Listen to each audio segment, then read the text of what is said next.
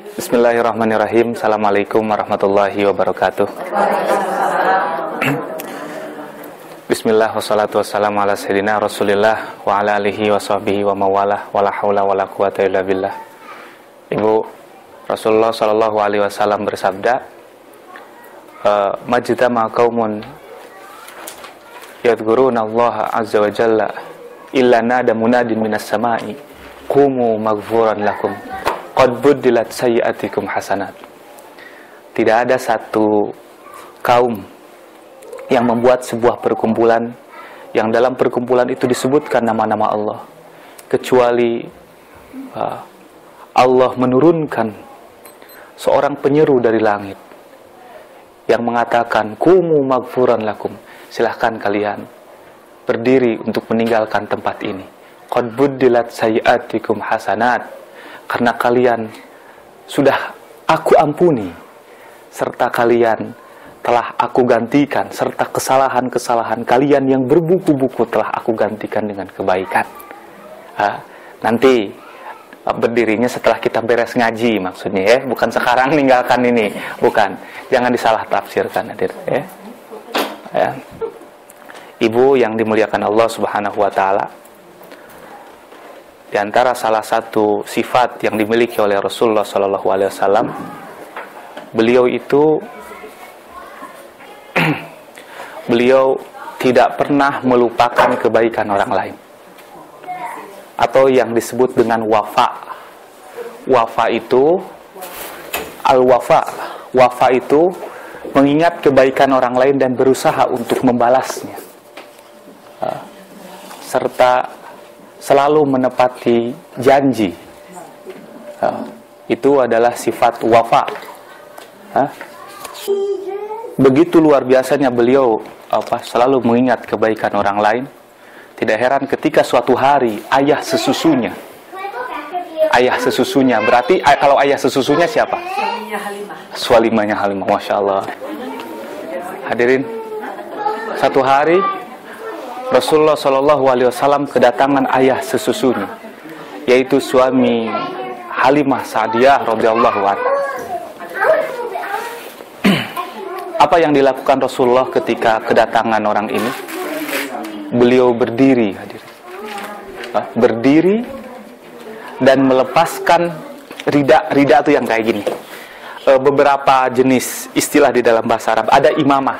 Imamah masih sorban juga, hanya saja sorbannya yang dilipatkan ke sini. Itu namanya imamah. Kalau rida itu sorban, tapi biasanya ditaruh di sini. Kalau orang Indonesia kan pakainya begini. Sekarang kalau dingin tuh begini. Nah, rida namanya. Ini namanya rida yang ditaruh di sini. Rida itu bahasa Arab. Rida ya, rida bahasa Arab. Ada apa? Bedanya ini disimpan di sini, ini disimpan di sini. Sama. Ini biasanya begini ya. Ini kan cara melipat seperti ini. Nah, yang kayak Yasser Arafat itu sama. Kalau mana? Kalau itu kutro. Kutro itu yang dipakai orang Arab Saudi kalau dikit-dikit begitu ya. Itu kutro. Nah kalau ini, kalau yang dilipat ke sini, nih. Ini namanya kok namanya agit? Nah begitu. Terus ada lagi jemaah katanya yang mengatakan, kok kepalanya diperban kayak imam bonjol kali katanya. Ini imamah namanya.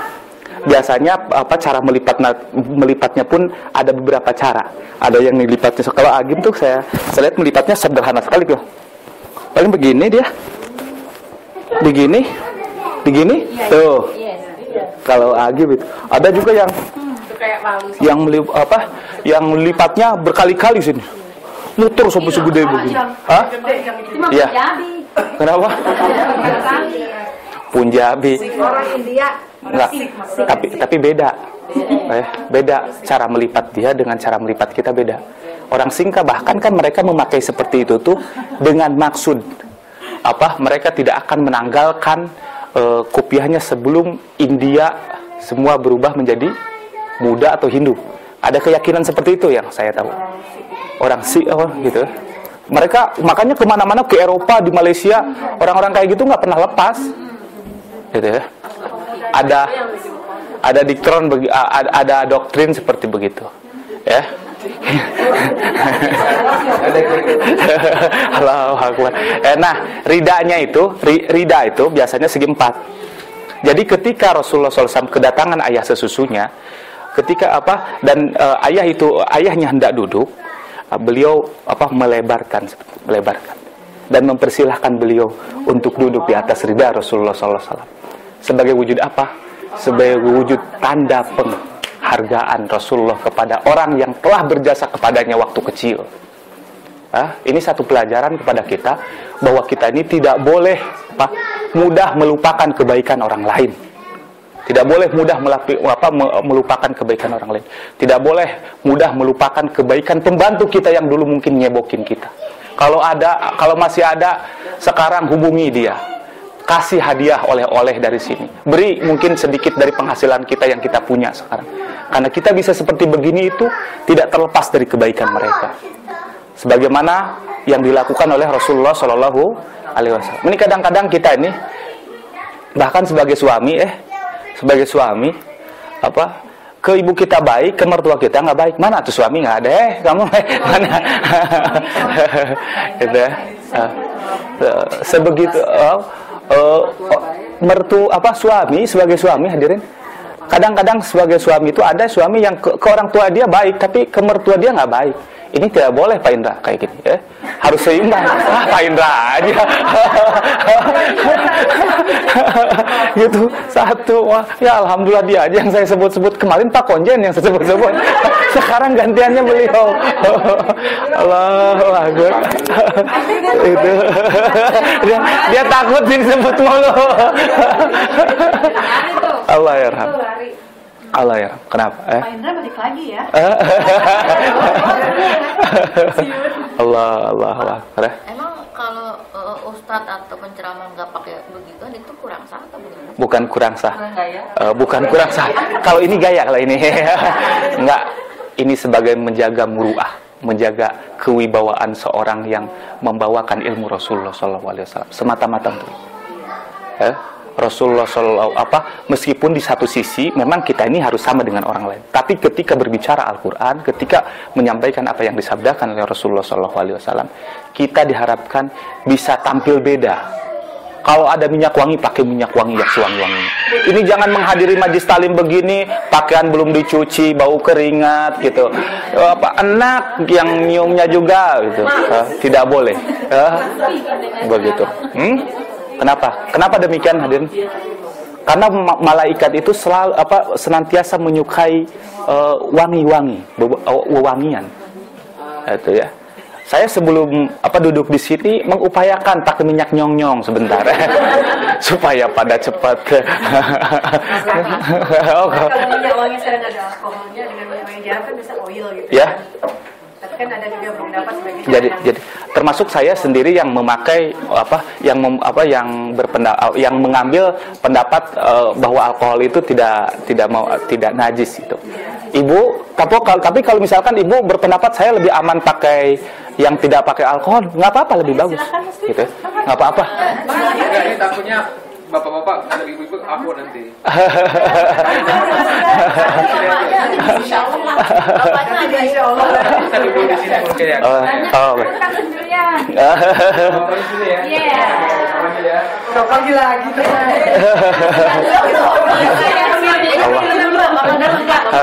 Allah hadir. Itu ya. Oh iya betul.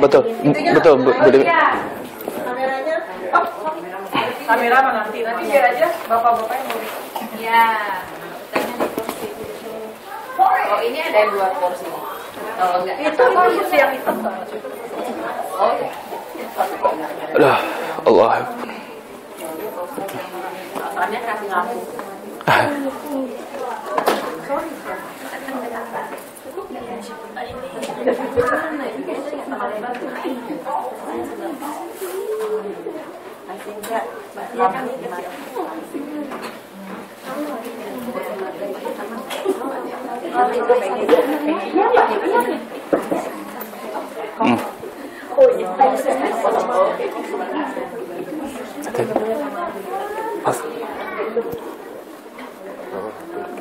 Gak akan lupa.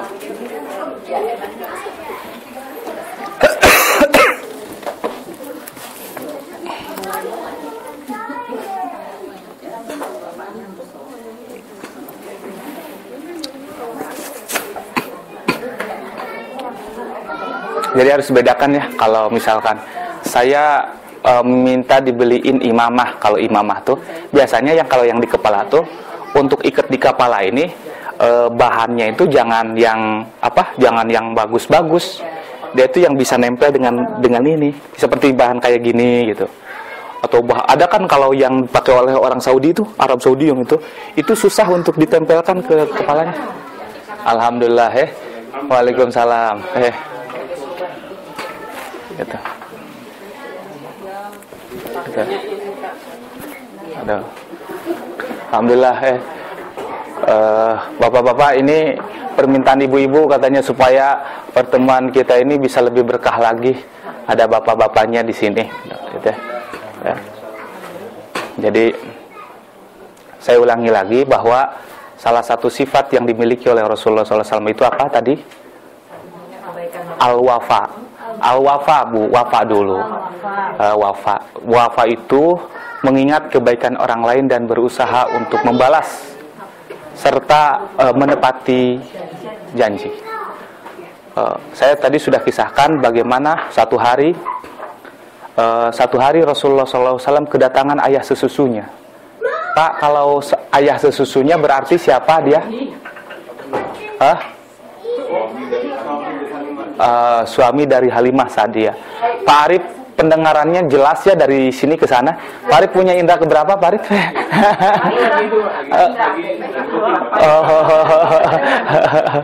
Gitu ya. Suami daripada Halimah Sa'diyah. Gitu ya. Ketika ayah sesusunya ini akan duduk, beliau tidak ridho melihat ayah sesusunya duduk tersentuh oleh debu. Apa yang beliau lakukan? Beliau ambil rida yang ada di sini, yang biasanya sorban yang ditaruh di pundak, kemudian dihamparkan, dan setelah itu beliau mempersilahkan ayah sesusunya untuk duduk di atas rida itu. Ini satu pertanda bahwa Rasulullah SAW itu tidak pernah melupakan kebaikan orang lain. Beliau melakukan ini semata-mata untuk menghargai jasa-jasa baiknya dulu ketika beliau masih bersama siapa? Siti Halimah Sa'diyah radhiyallahu anha. Siti Halimah Sa'diyah. Hadirin, Bapak Ibu sekalian, ini satu pelajaran bagi kita bahwa kita ini dianjurkan untuk tidak melupakan kebaikan orang lain. Dianjurkan untuk tidak melupakan kebaikan pembantu kita yang dulu mungkin pernah ngurus kita, pernah nyebokin kita, gitu. Diajarkan untuk tidak pernah melupakan kerabat-kerabat ayah kita, ibu kita yang dulu ketika kecil ngasih permen kepada kita, ngasih uang jajan kepada kita, ngasih uang sekolah kepada kita. Kalau masih ada di antara mereka, hubungi. Kirimkan sebagian rezeki yang kita miliki untuk mereka, atau kirimkan hadiah sekedar untuk mengingat kembali bahwa mereka ini adalah orang yang pernah berjasa untuk kita. Kita tidak bisa seperti ini tanpa bantuan orang lain, ya. Mungkin saja kita bisa seperti ini itu karena memang benar doanya orang yang sedang ngurus kita, gitu. Kesabaran mereka dalam mengurus kita, ya, itu. Begitu juga kita dianjurkan oleh Rasulullah SAW untuk tidak mengabaikan orang tua kita, mengabaikan mertua kita. Jangan sampai ke orang tua kita masih baik, tapi ke mertua kita tidak baik. Ini tidak bijak, hadirin. Jangan mentang-mentang kepala rumah tangga segala pengeluaran kita yang memutuskan, tapi kita mengabaikan orang mertua kita. Bapak sekalian yang dimuliakan Allah, ketahuilah bahwa kita bisa memiliki istri kita ini sebenarnya karena kebaikan orang tua mereka. Betul tidak? Ya. Kalau kita mau hitung-hitung, orang tuanya dia ini kan membesarkan istri kita tuh bukan 1 tahun 2 tahun, puluhan tahun, 20 tahun, 30 tahun. Setelah dia sekolahkan tahun SD, setelah SD SMP, SMP SMA, kuliah. Setelah kuliah, kita datang ke orang tua kita datang ke orang tua mereka, lalu kita minta untuk untuk melamar mereka, untuk melamar istri kita. Betul tidak hadirin? Dengan apa kita melamar hadirin? Dengan emas 10 gram kontan. Ada lagi yang lebih ekstrim, dengan seperangkat alat sholat lengkap. Padahal hadirin, kalau kita mau hitung-hitung, kalau kita mau bayangkan, hitung-hitunglah. Kita kalau memelihara kambing 1 tahun saja, harga kambing 500.000 misalkan ya. Kita jual setelah 2 tahun, kita tidak ingin 500.000. Betul tidak? Berapa yang akan kita jual? Minimal 1.500.000 harus keluar. Itu baru 2 tahun. Bayangkan ibu kita ini melahirkan ibunya istri kita ini melahirkan anaknya ini bertahun-tahun. Bertahun-tahun ngurus. Allah.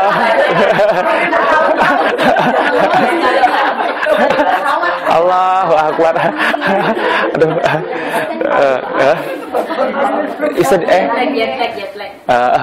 Jet lag. Ini menerpes tahu. Allahu Akbar. Ibu bapak yang dimuliakan Allah Subhanahu wa taala. Itu ibunya istri kita tuh ngurus anaknya ini puluhan tahun gitu. Kita bayar dengan 10 gram kontan, gitu kan? Bagaimana? Dan mereka mau memberikan kepada kita, gitu, meridhoi kita. Nah, bagaimana kita tidak bisa berbuat baik kepada mereka? Benar tidak hadirin? Itulah. Harus ada harus diseimbangkan antara yang kita berikan kepada orang tua kita pribadi dan kepada mertua kita sebagai orang tua istri kita. Ini yang diajarkan oleh baginda Rasulullah SAW. Jangan sampai sekarang bapak lu mau datang gitu. Siapa yang ngasih duit lu apa gue gitu. Jangan dua-duanya, nanti bisa tidak boleh gitu. Jadi mereka datang, persiapkan spray yang bagus, kamar tidur yang bersih. Itu akhlak, makanan yang memang sesuai dengan selera mereka.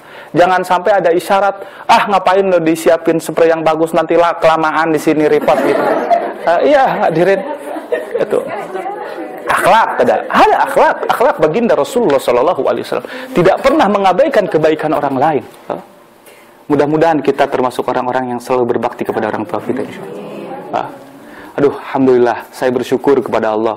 Di tempat ini ada orang-orang yang berilmu. Gitu.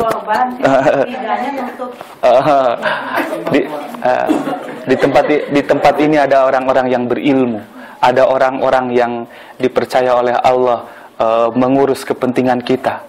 Ini semua bisa menjadi keberkahan tersendiri bagi penghuni rumah sahibul bait yang mendapat ketempatan. Ada Ibu Sri, Ibu Sri ya Bu ya?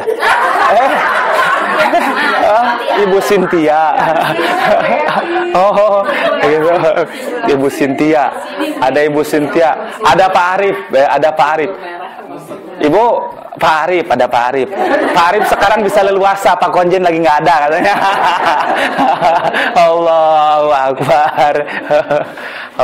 Mudah-mudahan, dan juga ibu-ibu yang lain yang tidak bisa saya sebutkan nama-namanya. Insyaallah. Gitu. Allah Akbar. Gitu. Begitu ya, yang hadirin yang dimuliakan Allah. Rasulullah SAW itu memiliki sifat apa? Sifat wafa. Disebutkan hadirin, Asma bin Abi Bakar mengadu pada Rasulullah. Jadi Abu Bakar itu memiliki 2 putri. Satu Aisyah yang dinikahi oleh Rasulullah. kedua siapa? Asma bin Abi Bakar. Asma bin Abi Bakar. Nah,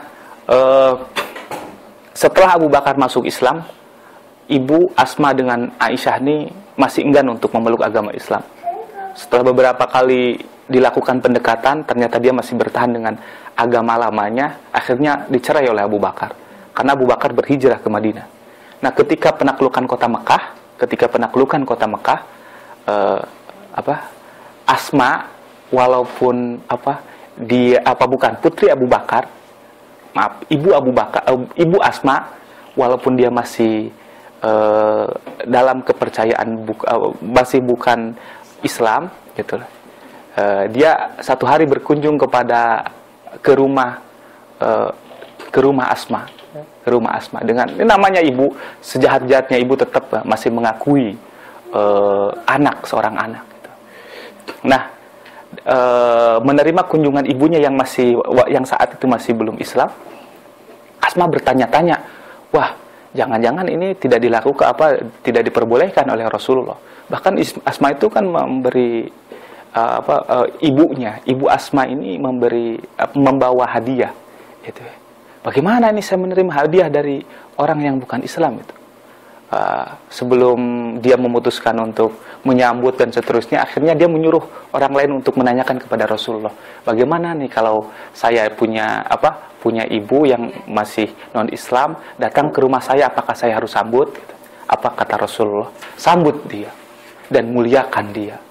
Jadi ini satu isyarat bahwa Rasulullah itu mengajarkan kepada kita untuk berbuat baik walaupun dengan orang yang bukan berbeda kepercayaan dengan kita. Hanya saja tidak boleh kebablasan. Kadang-kadang kita demi atas nama toleransi segala sesuatu kita ikuti apa yang mereka lakukan. Ada batas-batas tersendiri di mana kita dalam hal itu mungkin cukup saling menghargai saja. Betul tidak, hadirin? Gitu. Jangan sampai kebablasan. Gitu. Itu Asma bin Abi Bakar, kisah Asma bin Bakar. Begitu juga ada nih kisah sahabat yang mengeluhkan kepada Rasulullah SAW. Mengeluhkan, Rasul, saya ini punya harta ada banyak, tapi anak saya pun banyak. Gitu.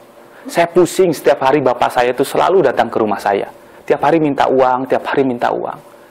Apa dengan dengan kondisi saya sekarang, anak banyak, walaupun uang banyak tapi anak saya banyak, apakah dengan kondisi seperti ini saya harus terus memberi uang kepada dia? Apa kata Rasulullah? Anta wa malu kali abi. Jangankan uangmu, bahkan dirimu itu adalah milik bapakmu. Gitu kan.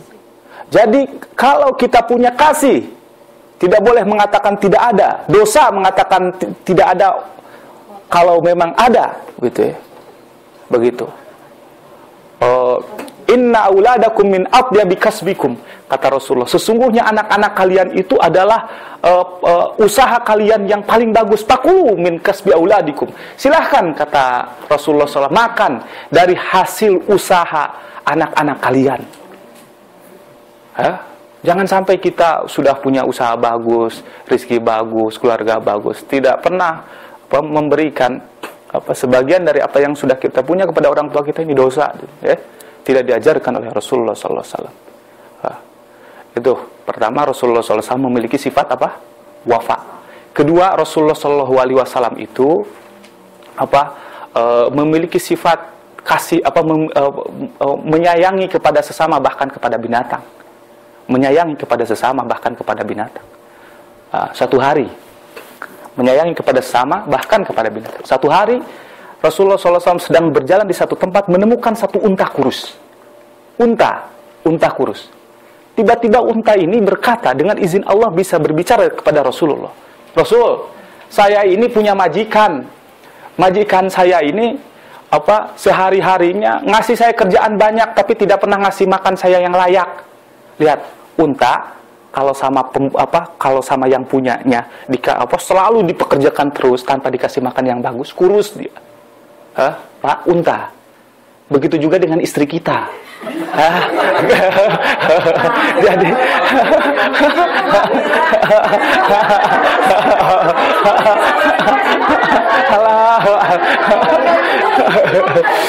begitu juga dengan istri kita. Istri kita kita pekerjakan terus nggak kasih tanpa kita kasih makan kurus. Maaf saya nggak nyindir Ibu Rini, kurusnya Ibu Rini mah ada ramping kalau melihatnya, bukan ya begitu. Nah, insya Allah ibu-ibu yang di sini pada makmur, insya Allah ya. Itu pada gemuk-gemuk semuanya. Allahu Akbar. Berarti suaminya baik, Pak? Apa? Suaminya baik-baik. Alhamdulillah. Gitu. Kalau Ibu Rini agak kurus begitu puasa terus beliau nih. Menahan nafsu. Allahu Akbar. Gimana Ibu Dina? Allahu Akbar. Kalau ini kurusnya kurus pikiran kalau dia nih. Allahu Akbar. Saya. Allah. Itu ya. Terus Rasulullah Shallallahu Alaihi Wasallam berkata, di mana tuanmu? Rumahnya di sebelah sana. Rumahnya di sebelah. Akhirnya lalu Rasulullah menghampiri, datang ke rumah tuan pemilik unta ini. Assalamualaikum. Waalaikumsalam. Itu kan. Betul engkau yang memiliki unta ini? Iya, saya. Betul engkau sehari-hari selalu mempekerjakan dia tanpa memberi makan yang bagus? Kok bisa tahu? Kaget dia. Karena unta ini yang berbicara sendiri kepada saya. Terus, kalau seandainya engkau tidak ingin tidak memperlakukan dia dengan baik, kalau seandainya tidak ingin, maka aku akan bayar. Aku akan bawa dan aku akan urus. Enggak katanya. Ini unta saya. Insya Allah setelah ini aku akan mengurusnya sebaik mungkin. Tuh Rasulullah SAW. Jadi hadirin, sebelum orang Barat mengenal namanya memelihara kasih sayang kepada binatang, ya kan? Rasulullah sendiri sudah mengajarkan kepada kita untuk berkasih sayang kepada sesama dan juga kepada binatang. Itu kepada binatang juga disebutkan hadirin. Sekarang kan di mana tuh di Barat tuh mengenal kalau Februari itu apa? Valentine. Udahlah. Valentine gitu. Hadirin. Ya Allah. Jauh-jauh hari sebelum adanya hari Valentine, Rasulullah sudah mencontohkan hari kasih sayang. Kapan itu? Kapan? Di antaranya Rasulullah mengumumkan kasih sayang ketika penaklukan kota Mekah. Dahulu Rasulullah itu diusir, disakiti, dipukuli oleh orang-orang Mekah. Saat penaklukan kota Mekah tahun ke-10 Hijrah, Rasulullah datang ke kota Mekah bersama 10.000 pasukan yang dikelengkapi dengan peralatan perang. Andaikan saja saat itu Rasulullah mau berbalas dendam, maka tidak lama penduduk Mekah akan tertaklukkan. Tapi apa yang dilakukan oleh Rasulullah? Apa yang dilakukan oleh Rasulullah? Sampai di kota Mekah, siapa yang masuk ke rumah Abu Sufyan, maka dia selamat. Ya kan? Kemudian ada beberapa pembesar Quraisy saat itu yang dahulu menyakiti Rasulullah. Rasulullah pun ampuni. Bagaimana tidak dahsyatnya kasih sayang Rasulullah SAW. Sekarang orang Barat bikin kasih sayang sama orang tua dia, nggak luar biasa. Betul tidak? Kasih sayang sama pacar, biasa itu. Dan mereka pun mengungkapkan wujud kasih sayangnya hanya dengan apa? Dengan sekuntum bunga. Kita ini kalau mau pot-pot bunga kita bawa. Benar hadirin. Benar nggak Pak Arif? Potnya kita bawa hadirin. Gitu. Ini kasih sayang yang tidak luar biasa. Itu. Hakada yadi Rasulullah Shallallahu Alaihi Wasallam berakhlak mulia. Rasulullah Sallallahu Alaihi Wasallam berakhlak mulia. Hadirin sekalian, tidak heran kalau Ibnu Umar meriwayatkan di dalam sebuah keterangan, satu hari aku melihat Rasulullah ditanya oleh salah seorang dari Ansor, wahai Rasul, siapa di antara kami yang paling utama? Yang paling utama. Rasulullah SAW menjawab, yang paling utama di antara kalian itu adalah yang terbagus akhlaknya. ana zaimun bi baitin fi alal jannah liman hasunah khuluquh. Aku yang akan menjadi pemimpin di istana, pemimpin di istana, di istana di surga nanti bagi orang-orang yang di dunianya bagus akhlaknya. Jadi orang yang terbaik itu bukan orang yang sorbannya paling tebal gitu ya, atau ceramahnya paling banyak, bukan. Yang terbaik di mata Rasulullah SAW itu adalah yang terbagus akhlaknya. Allahu Akbar. Rasulullah pun selalu membagi waktunya pada 3 bagian. Kalau sampai ketika Rasulullah sedang tidak di luar kota, di dalam rumah, membagi waktunya 3 bagian. 1 waktunya untuk keluarga dia, 2 waktunya untuk diri sendiri dia, dan 3 waktunya untuk agama. Kita tuh harus juga bisa membagi waktu kita untuk pekerjaan kita, untuk diri kita, dan untuk keluarga kita. Jadi kalau lagi libur, libur Pak, bawa istri kita ini jalan-jalan ke Indomaret kalau di Indonesia, ke Alfamart, ke Carrefour. Ke Carrefour. Ini jangan sampai hadirin sudah 5 tahun di Kanada nggak pernah jalan bareng dengan istri kita ke mana tuh di sini teh, ke Downtown misalkan gitu. Allahu Akbar ya. Akhlak Rasulullah Shallallahu Alaihi Wasallam. Kalau kita punya anak, kita ngomong anak kita main dengan anak kita. Ini mah kadang-kadang mentang-mentang disibukkan dengan pekerjaan, sama sekali tidak pernah menyapa anak kita. Ini tidak boleh, tidak diajarkan oleh Rasul. Bahkan Rasulullah itu setiap kali akan keluar kota yang dihampiri siapa? Hasan Husain dulu, cucunya. Dia ciumi, dia kasih permen, bukan permen, kasih hadiah. Gitu ya. Itu. Begitu. Pulang dari luar kota sebelum masuk rumah istrinya, beliau hampiri lagi cucunya Hasan Husain ini. Dia kasih oleh-oleh. Itu ya, kasih. Maaf, saya tidak menyindir ibu-ibu untuk membawakan saya oleh-oleh, tidak di sini.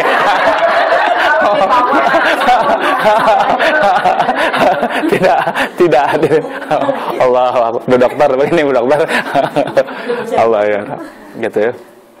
Itu dasarnya Rasulullah Shallallahu Alaihi Wasallam. Gitu.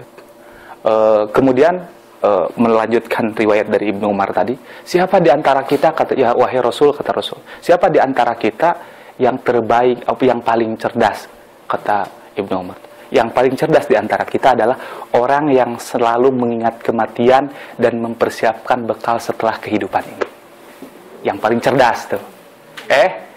Siapa yang paling cerdas, Bu? Yang sering kematian, yang selalu mengingat kematian dan mempersiapkan bekal untuk kematian. Jangan bangga kalau punya jabatan tinggi tapi tidak ingat Allah. Tapi tidak ingat mati. Jangan bangga punya pekerjaan bagus tapi tidak ingat akhirat. Jangan bangga punya suami ideal kalau suami pun tidak mengingatkan kita kepada akhirat. Jangan bangga. Allahu Akbar. Ini sensitif sekali nih hadirin. Allahu Akbar. Gitu. Kenapa orang yang cerdas di mata Rasulullah adalah orang yang sering mengingat kematian? Kenapa? Kenapa? Kenapa, Bu? Ibu Sari, Bu Arif?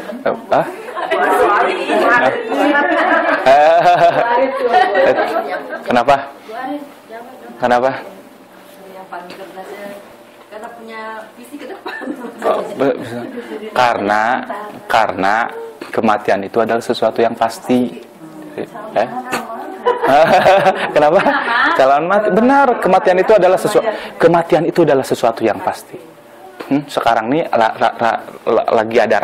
lagi rame di Indonesia tuh orang berlomba-lomba bikin mewakafkan uang untuk pembangunan pemakaman.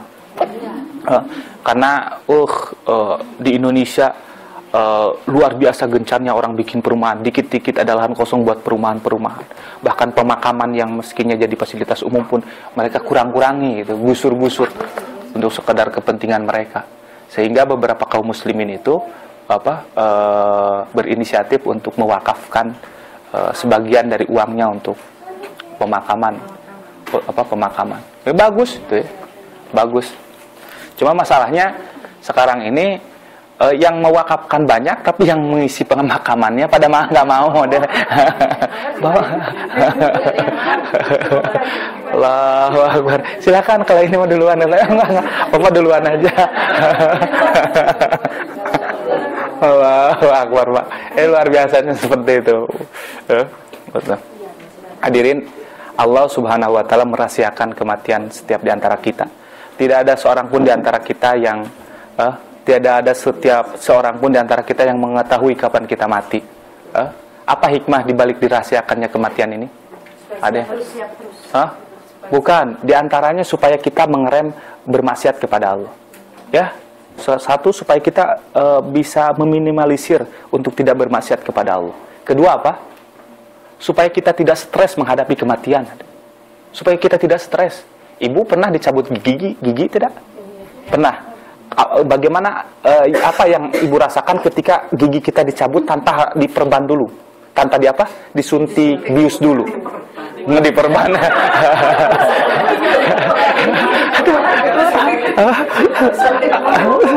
Apa yang ibu rasakan coba?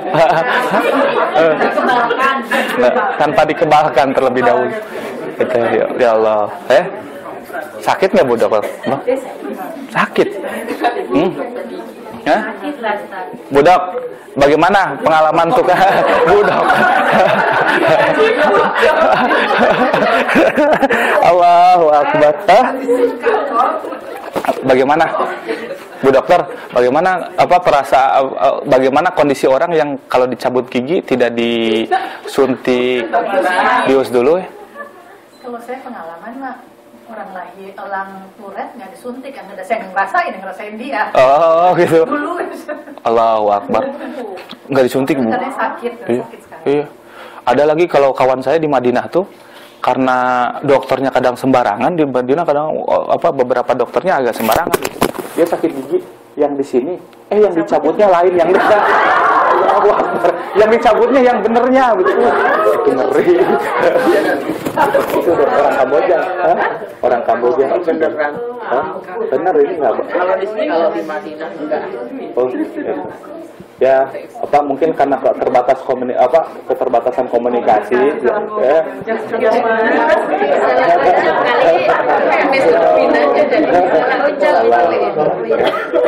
Itu baru dicabut gigi itu sakitnya minta. Bagaimana ketika Allah mencabut, ketika malaikat Israel mencabut nyawa? Warif, bagaimana? Tahunya Bu Arif. Bagaimana? Allahu Akbar. Bagaimana ketika malaikat Israel mencabut nyawa kita yang menjadi sarana kita bisa bergerak, bisa melihat, bisa berbicara. Luar biasa. Dan saat itu hadirin, ketika sakaratul maut menjemput, kita diperlihatkan dengan berbagai macam tantangan, godaan. Samping kiri kita setan membisikkan yang berwujud seperti manusia, fulan, kamu ikuti saja agama saya, sekarang saya jadi Nasrani dan saya bahagia. Ada lagi samping kiri kita, fulan, jangan ikuti dia, ikuti saja saya, sekarang saya jadi Yahudi dan saya bahagia. Saat seperti itu, dan di depan ada orang yang akan mengaku kepada kita, hai fulan, katakan aku adalah Tuhan, dan dia adalah setan. Makanya ketika kita melihat orang yang lagi sakaratul maut itu, disunahkan untuk terus membimbing la ilaha illallah, terus la ilaha illallah, dengan harapan dia bisa terbantu sedikitnya dengan suasana yang sedang kita lakukan. Dengan harapan saat ruhnya keluar dari ubun-ubunnya, perkataan yang terakhir diucapkan adalah la ilaha illallah.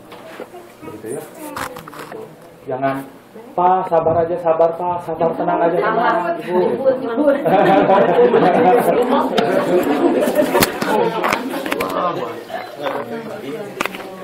Dan hadirin sekalian, akan ada orang yang saat sakaratul maut memang dijaga oleh para malaikat. Siapa itu? Hadirin, siapa tadi yang akan dijaga oleh Allah tuh? Orang yang istiqomah. Apa yang dimaksud dengan istiqomah? Luzumut ta'ah, selalu berbuat taat kepada Allah dan menghindari larangan-larangan Allah. Continue. Jadi ibadah itu, Bu, memang ibadah tuh banyak bagus, tapi yang lebih bagus lagi terus menerus. Jangan ini sholat malam satu hari bisa 100 rakaat. Hari berikutnya tidak, bahkan sampai 1 bulan tidak. Nah, itu tidak boleh seperti itu. Terus walaupun 2 rakaat, terus 2 rakaat lanjut dilaksanakan. Itu namanya istiqomah. Apa itu istiqomah? Bukan istrinya 3 di kontrakan rumah ya. Allahu Akbar. Istrinya Allah.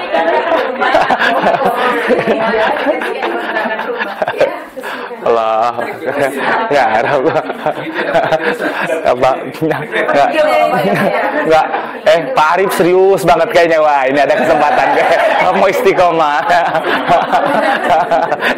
Mau istiqomah Pak Arif. Allah Akbar. Itu. Apa jaminan yang diberikan Allah kepada orang-orang yang selalu istiqomah?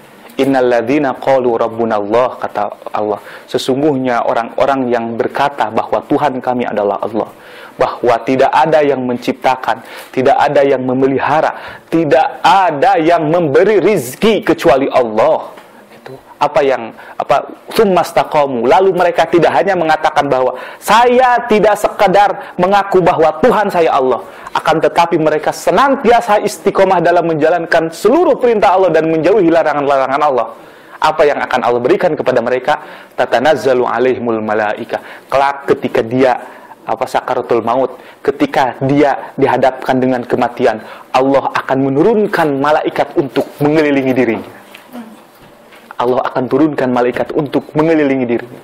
Mengelilingi dari supaya apa? Supaya dijaga dari gangguan setan. Tatanazzalu alaihimul malaika alla takhafu wa la tahzanu. Sambil malaikat itu membisikkan kepada yang bersangkutan, fulan, jangan sekali-kali engkau takut. Apa yang engkau akan dapatkan nanti di akhirat jauh lebih baik daripada apa yang sudah engkau dapatkan di dunia. Wala tahzanu, jangan sekali-kali kalian bersedih karena meninggalkan keluarga kalian. Keluarga kalian sudah ada dalam pengawasan Allah, sudah ada dalam tanggung jawab Allah. Makanya jangan heran hadirin kalau kita perhatikan orang soleh, orang yang selalu beribadah kepada Allah, memperbaiki hubungan silaturahminya dengan orang lain, gitu ya. Ketika wafat itu wafatnya dalam keadaan tersenyum, tenang, damai. Gitu.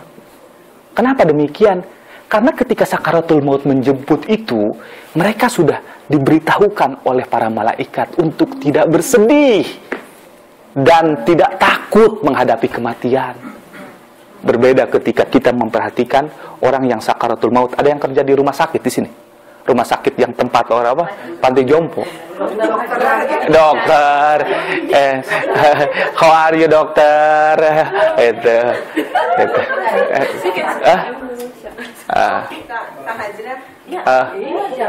Ibu Hajrah, apa kabar Bu Hajrah? Lihat, Ibu Hajrah. Oh ya.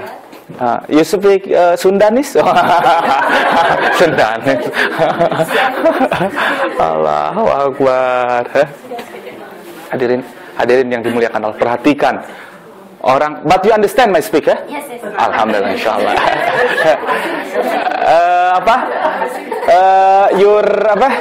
Your son Hana? Oh ya. Oh, you apa? Your daughter Hana.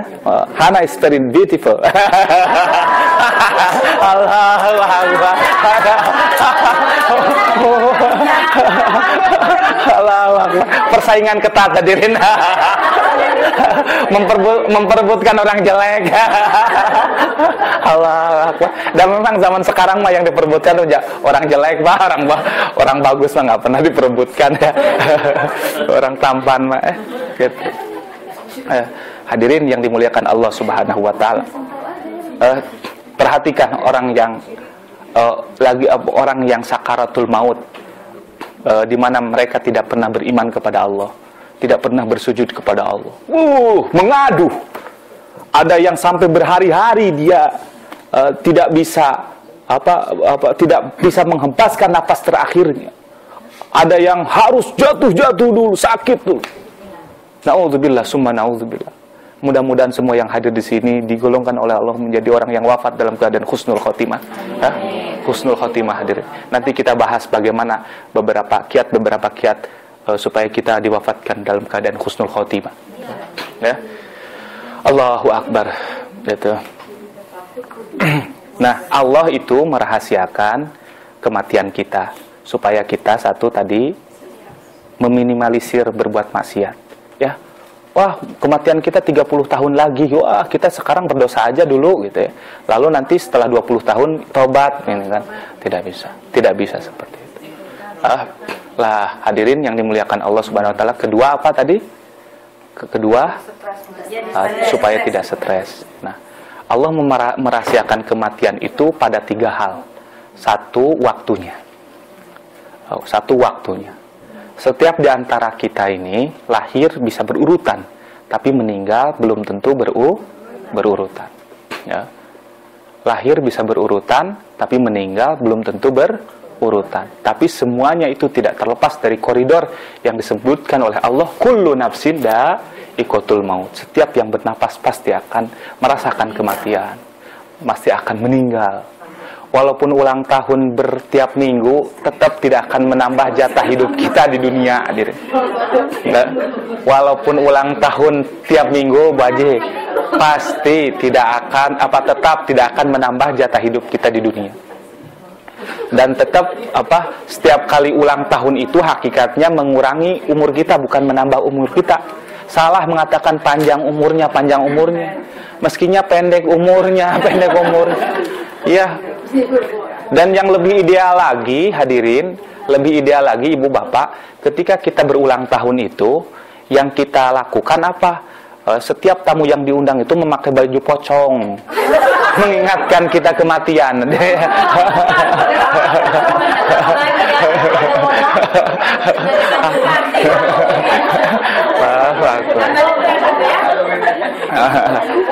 Maaf,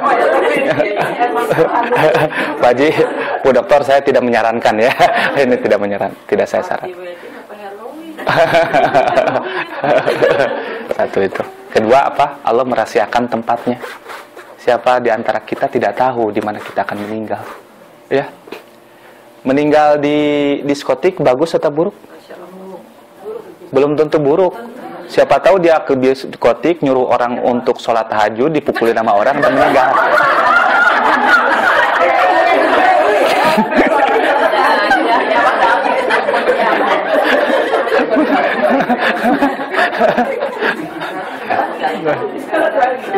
Bagaimana Pak?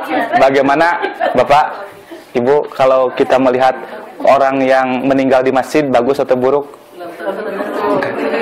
Belum tentu juga.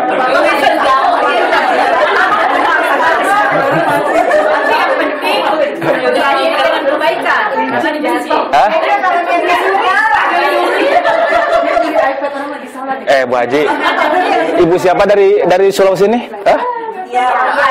Ibu Tia. Ibu Tia. Kan belum tentu. Siapa tahu dia ke masjid ini malam-malam mau nyolong speaker, terpeleset, jatuh, meninggal. Allahu Akbar. Ya. Hadirin, kita memohon kepada Allah mudah-mudahan dimanapun kita diwafatkan, mau di Indonesia, mau di Kanada, mau sedang bekerja ataupun dimanapun, wafat dalam keadaan husnul khotimah saja. Perkara Allah akan mewafatkan di mana, kita terima saja, ya. Begitu. Lihat kejadian orang yang kejadian kapal Sukhoi, coba.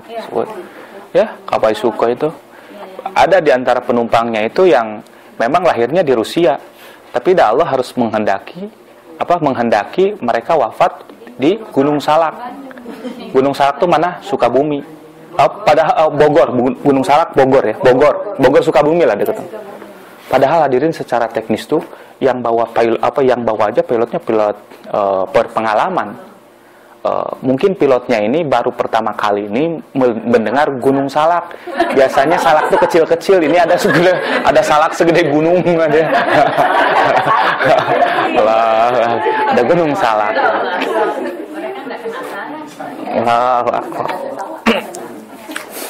Bagaimana dengan termasuk bahkan orang yang hendak bunuh diri saja kalau Allah tidak berkehendak.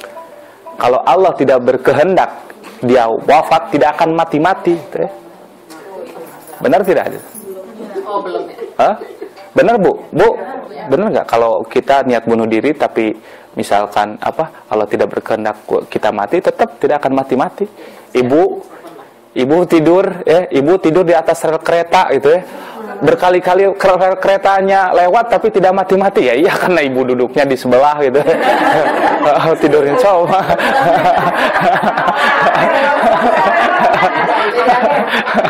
Allahu Akbar, kematian insyaallah. Yang ketiga apa? Tadi kan satu waktunya, kedua tempatnya, ketiga apa? Caranya. Caranya Allah merahasiakan. Ada yang caranya dengan ditabrak, ada yang caranya dengan penyakit, ada caranya sedang berzikir, sedang sholat. Biasanya caranya ini ditentukan sesuai dengan kesehari-hariannya. Yang sehari-harinya tukang pemain bola, wafatnya itu nanti setelah istirahat mau main lagi meninggal gitu, atau meninggal dalam keadaan main bola.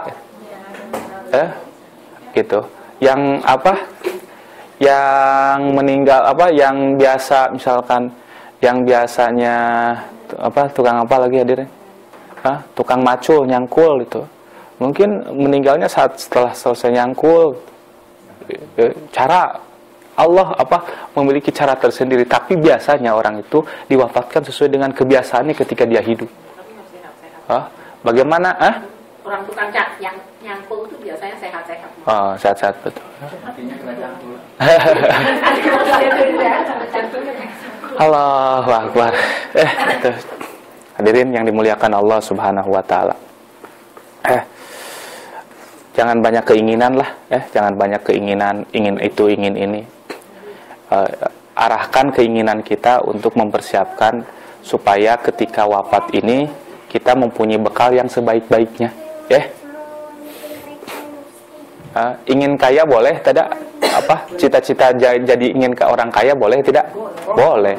Saya sudah katakan kemarin, apalagi hidup di akhir zaman seperti ini, justru orang tuh banyak melihat kepada orang kaya daripada kepada orang yang berilmu zaman sekarang.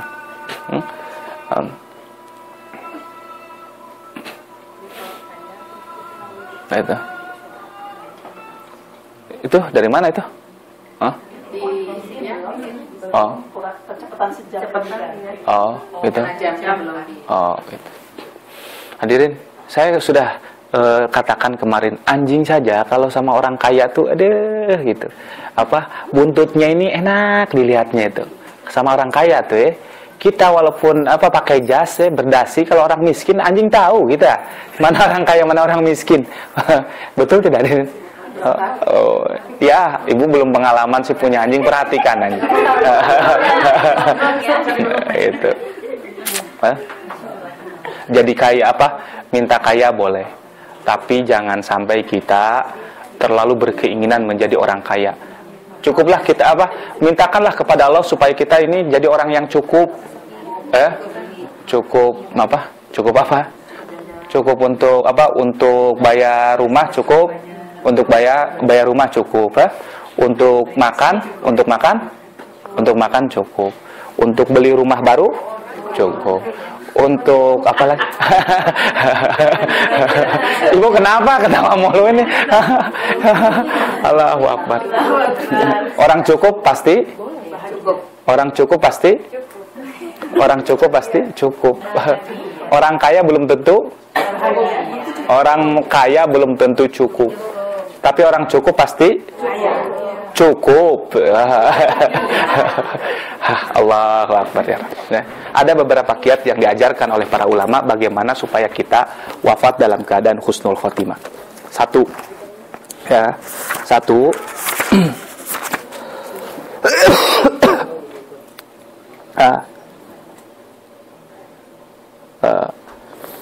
ketika kita ditanya bagaimana keadaan orang yang wafat dalam husnul khotimah itu, satu, tanda-tanda orang yang wafat dalam husnul khotimah dulu. Satu, ketika kita meninggal setelah berbuat baik. Setelah berbuat baik. Ibu setelah ngaji ini, tiba-tiba pas mau ngedrive mobil, gitu kan, iya, saya contohkan ini, Mak. Misalkan mau ngedrive mobil, itu kan tiba-tiba pas duduk, tiba-tiba dicabut oleh Allah nyawa kita. Nah, saat itu satu pertanda bahwa kita wafat dalam keadaan husnul khotimah.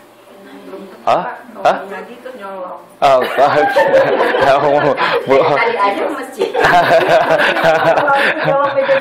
Karena asosiasinya itu nggak pernah yang jelek, selalu yang asosiasi lah. Begitu.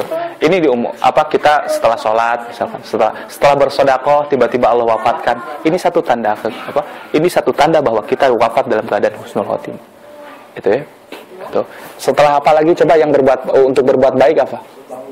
Setelah umroh juga. Ada tuh setelah umroh, Pak. Setelah umroh dan memang yang bersangkutan itu saya mendengar yang bersangkutan itu minta diwafatkan sebelum dia sampai di Jakarta. Di pesawat menjelang landing Allah wafatkan tuh.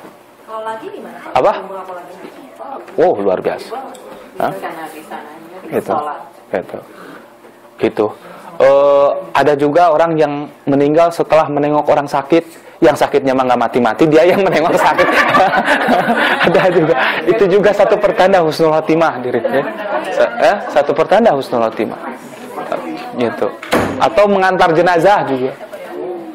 Orang yang mengantar jenazah, jadi mengantar jenazah terlalu ke depan itu kan setelah dikuburkan, tiba-tiba dia ikut mati. Itu sama. Itu satu pertanda bahwa yang bersangkutan itu wafat dalam keadaan husnul khotimah.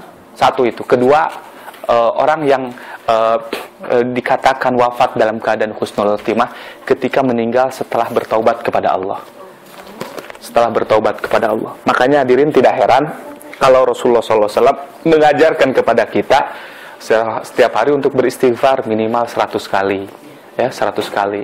Itu sebenarnya kalau istighfar 100 kali itu kan bagi Rasulullah SAW yang dosanya sebelumnya diampuni, setelahnya pun diampuni gitu. 100 kali. Kita mah yang banyak dosa meskinya 100.000 kali gitu. 100.000 kali gitu. Ya minimal kalau nggak bisa 100 kali. Istighfar, Bu. Ketika ngedrive istighfar, saat misalkan lagi nunggu klien istighfar, lagi bekerja istighfar. Banyak istighfar. Sebab mudah-mudahan yang istighfar yang kita ucapkan ini sebagai wujud minta ampun dan taubat kepada Allah. Gitu ya. Begitu hadirin. Begitu juga hadirin diupayakan. Nah, makanya kenapa sih majlis-majlis seperti saya setiap kali kita melakukan pertemuan ini kita selalu menutup dengan doa, dan salah satu doa yang sering kali dipanjatkan adalah minta agar diwafatkan dalam husnul khotimah. Itu ya, minta agar diwafatkan dalam husnul khotimah. Itu karena itu kan kita meyakini tempat ini adalah tempat kebaikan gitu, tempat kebaikan, tempat yang kita pun tidak tempat yang dimana kita pun meyakini mudah untuk mengucapkan kalimat la ilaha illallah Muhammadur Rasulullah sallallahu alaihi wasallam. Man qala la ilaha illallah Muhammadur Rasulullah, man qala la ilaha illallah disebutkan dalam sebuah keterangan yang diriwayatkan oleh Imam Bukhari dan Muslim, man qala la ilaha illallah wa yumiddalamuhu hudimat lahu arba'atu alafin minal kabair. Barang siapa yang mengatakan la ilaha illallah wa yumiddalamuhu, dan dia mengucapkan la ilaha illallah itu dengan memanjangkan lamnya, la ilaha illallah hudimat lahu arba'atu alaf minal kabair, maka Allah akan menghapuskan pada dirinya 4.000 dari dosa-dosa besar, gitu kan? Wa in lam yakun arba'atu alaf, bagaimana kalau yang bersangkutan yang membaca ini tidak memiliki 4.000 jumlah 4.000 dosa besar, maka Allah akan mengampunkan untuk keluarganya.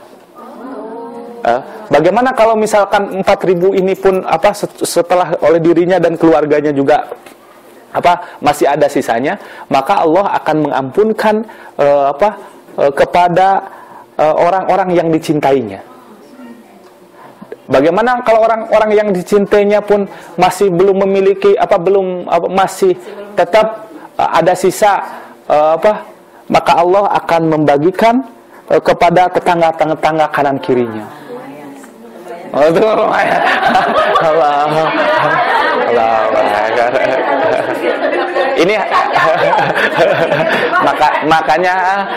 makanya ada baiknya ini ya. Ada baiknya bertetangga dengan orang soleh itu. Ada baik, gitu ya. Ada baiknya tetangga dengan orang soleh. Tapi dengan ini keutamaan hadirinnya. Namanya keutamaan itu.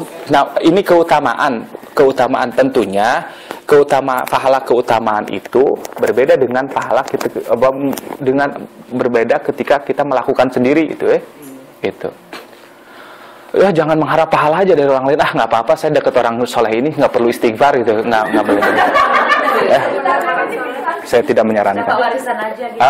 Dapat warisan aja. Oh Allah. Ya gitu. Tadi itu apa? Maaf tadi. Kita berzikir lah. Man qala la ilaha illallah wa yumidda malahu, dan memanjangkan lamnya. La ilaha illallah. La sebagai wujud penolakan, la tuh penolakan. Tidak ada sesembahan, tidak ada yang lebih kuat, tidak ada yang lebih yang lebih tinggi illallah kecuali Allah. Tuh. Itu dalam berzikir gitu ya Pak Ustaz? Ketika kita berzikir atau ketika kita hanya mengucapkan kalimat ini saja. Makanya salah satu sarana, salah satu kebiasaan yang dilakukan oleh orang-orang tua zaman dahulu, salah satu kebiasaan yang dilakukan orang-orang tua zaman dahulu ketika baik sebelum pengajian atau sesudah pengajian itu selalu memulai dengan zikir la ilaha illallah atau sholawat dan lain seterusnya. Ini fungsinya nih, ini faidahnya nih, keutamaannya ini. Orang-orang tua kita dulu tuh benar-benar smart atau ya, benar-benar dia mengamalkan agama tuh sesuai dengan yang diajarkan, gitu ya, sesuai dengan yang diajarkan oleh ulama dan diambil dari kesimpulan para sahabat radhiyallahu anhum. Gitu ya. Karena kenapa sih? Karena Al-Quran dan hadis itu hadirin, sesuatu yang bisa kita baca, tapi belum tentu bisa kita pahami. Sesuatu yang bisa kita baca, tapi belum tentu bisa kita pahami. Sehingga kalau kita mengambil Al-Quran dan hadis saja, tanpa dengan ilmu, maka dikhawatirkan akan banyak mengambil kesimpulan yang salah. Kesimpulan hukum yang salah. Gitu ya. Hadirin sekalian yang dimuliakan Allah Subhanahu wa ta'ala, itu yang kedua ya, meninggal dalam keadaan telah bertobat kepada Allah. Ibu, bertobat itu bukan hanya saja dari perbuatan dosa, akan tetapi orang-orang soleh, orang-orang yang sepanjang waktunya selalu digunakan untuk beribadah kepada Allah, mereka juga disarankan untuk bertobat. Hanya saja mereka bertobat dari apa? Kira-kira mereka bertobat? Bukan. Bertobat kenapa? Bertobat karena tidak bisa mempersembahkan ibadah yang baik kepada Allah. Orang-orang soleh mempersembahkan ibadah yang baik kepada Allah. Sebagaimana ketika kita sholat, sebagaimana setelah kita sholat, apa yang kita lakukan? Istighfar. Kenapa kita beristighfar? Karena kita merasa apa yang sholat yang kita lakukan ini belum sempurna, tidak seperti yang diperintahkan oleh Allah. Saat sholat ingat kepada anak-anak kita, ingat pada pekerjaan kita, ingat pada handphone kita. Apalagi saat Allahu Akbar, timimit gitu ya. Siapa ini yang telepon gitu? Betul tidak? Ingat pada mobil kita dan seterusnya dan seterusnya. Tanpa kita sadari, hal ini tuh semacam bentuk pengkhianatan kita kepada Allah. Dan Allah Maha tahu apa yang ada dalam diri kita. Betul tidak? Allah Maha tahu. Tidak sengaja mengingat tiba-tiba aja datang. Hah? Kenapa? pada saat sholat itu saya sadar kadang-kadang lupa, jadi sering ingat lagi yang lagi kerjaan di bawah juga. Lalu kalau kita saat sholat itu istighfar langsung pada saatnya bisa kan? Pada saat melakukan sholat itu istighfar juga. Istighfarnya dengan mulut ya? Dalam hati. Jadi dalam hal ini Karena melakukan tiba-tiba lupa masih mikir pekerjaan. ya. Nah, ketika masih mikir pekerjaan ini, ketika masih dan kita sadar, langsung konsentrasikan dengan apa yang sedang kita lakukan. Istighfarnya nanti karena dikhawatirkan kata-kata ini kalau apalagi dengan mulut. Dikhawatirkan kalau istighfar dengan mulut ini menambah sesuatu yang gitu. Ya, tidak termasuk daripada sholat, gitu ya. Konsentrasi lagi Iya. pada bacaan sholatnya. Iya, balik kepada bacaan sholat lagi. Saking luar biasanya sholat kita, hadirin. Luar biasanya khusyuknya sholat kita ini. Sampai surat yang kita baca aja lupa kita kadang. Sholat apa gitu, baca apa, dan ya betul tidak. Allahu Akbar. Kalau zaman dahulu cabut luka yang ada dalam panah-panah yang ada dalam tubuh saya ketika saya sholat. Zaman dahulu. Kalau sekarang nih saking begitu khusyuknya lupa bacaan yang sedang kita baca saat sholat, yang telah kita baca saat sholat.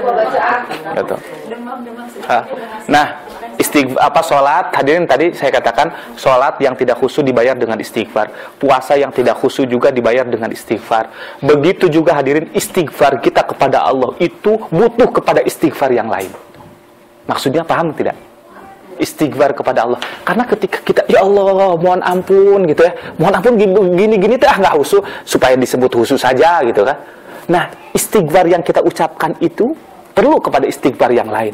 Karena saat kita mengucapkan istighfar pertama ini mungkin tidak serius, mungkin tidak khusyuk, bisa dipahami. Ini bahasa agak sedikit bahasa berat, perlu dijelaskan.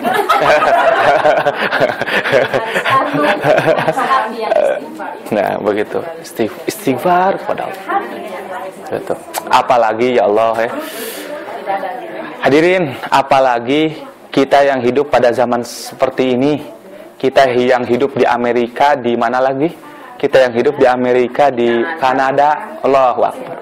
Saya ketika dari Houston, saya ketika akan terbang dari Houston ke Las Vegas, ketika duduk menunggu gate dibuka nih, saya dikejutkan dengan seseorang yang penampilannya luar biasa, gitu. Seorang wanita yang penampilannya luar biasa terbatas sekali. Astagfirullahaladzim, saya bilang tuh ini Las Vegas, Amerika, gitu. Pakai baju tidak cukup. Iya, pakai bahasa, iya, nggak pakai. Iya, istighfarnya saya cuma masalahnya istighfarnya saya satu kali, yang selebihnya menikmati begitu ya. Istighfar kita ya Allah. Aduh, apalagi saya sendirian gitu. Sampai nggak ada yang lihat ya gitu. Ya. Bukan, atuh tenang, nggak usah kesananya. Yang sedang saya renungi itu, ya Allah, pas ini. Astagfirullahaladzim. Ini apa? Memang karena gara-gara ini Las Vegas itu seperti begini, saya bilang. Karena orang juga, pas saya beritakan, Ustadz mau kemana lagi gitu, di kawan-kawan saya di Indonesia, saya mau ke Las Vegas, innalillahi wa inna katanya, semua innalillahi, innalillahi, Allahu Akbar, Allahu Akbar. Saya mau bilang lagi kemana, saya bilang tuh kan, ada, itu, innalillahi wa inna. Itu apa yang terjadi kemudian hadirin? Allah menguji saya dengan apa? Allah menguji saya saat itu. Allahu Akbar. Ternyata saya kan masuk duluan nih. Hello, saya masuk duluan. Saya masuk pesawat duluan. Duduk. Saya dapat di window seat. Saya dapat di window seat. Tidak lama kemudian, ternyata perempuan yang saya astagfirullah karena itu duduk di samping saya. La ilaha illallah. Duduk di samping saya. Hadirin, apa yang terjadi? Allahu Akbar. Saya waktu itu pakai peci.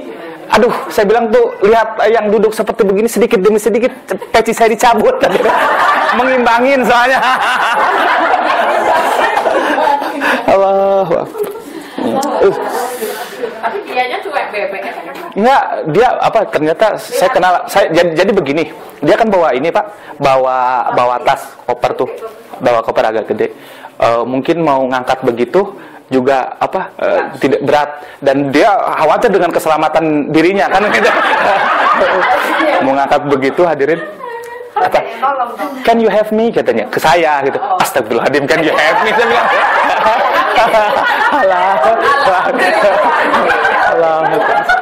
Saya bantukan. Oh gitu kan, saya bantu. Pertama dia tuh bicara dengan bahasa dia.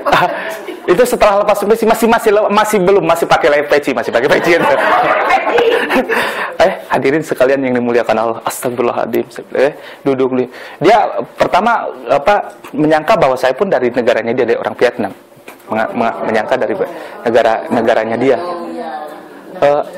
I don't speak, saya bilang tuh, wah kayak orang yang benar-benar fasih bahasa Inggris. Sorry, I don't speak. I don't speak Vietnam gitu ya maksudnya.